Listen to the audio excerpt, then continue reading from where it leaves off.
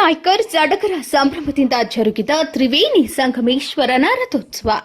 Kondikoppa cross ಹತ್ತಿರದ ತ್ರಿವೇಣಿ ಸಂಗಮೇಶ್ವರನ ಜಾತ್ರಾ ಮಹೋತ್ಸವದ ರಥೋತ್ಸವ ಸೋಮವಾರ ಸಾಯಂಕಾಲ ಸಾವಿರಾರು ಭಕ್ತರ ಮಧ್ಯ ಸಡಗರ ಸಂಭ್ರಮದಿಂದ ಜರುಗಿತು. ರಥೋತ್ಸವಕ್ಕೆ ಸ್ಥಳೀಯ ದಾಸೋಹ ಮಠದ ಶಿವಕುಮಾರ ಮಹಾಸ್ವಾಮೀಜಿ ಚಾಲನೆ ನೀಡಿದರು. ಈ ಸಂದರ್ಭದಲ್ಲಿ ಶಾಸಕ ಎನ್ಎಚ್ ಕೋನರೆಡ್ಡಿ, ಲಡ್ಡು ಮುತ್ಯ, ವಿಡಿ ಅಂದಾನೇಗೌಡ್, ಮೋಹನ್ ಗುಡಿಸಲಮನಿ, ಲಕ್ಷ್ಮಣ್ ಸುಭಾಷ್ ಗೌಡ್, ಕಾಮನಗೌಡ್, ಮಂಜುನಾಥ್ ಮಾಯಣ್ಣವರ್, ಜಗದೀಶ್ ಗಾನಗಿರ್ ಸೇರಿದಂತೆ ಅಪಾರ ಭಕ್ತ ಸಮೂಹ ಪಾಲ್ಗೊಂಡಿತ್ತು. ಯಾಸಿನ್ ಕಮ್ಮರ್, ಜೀವನದ ನೆರಳು ನ್ಯೂಸ್, ಅನಿಗೇರಿ.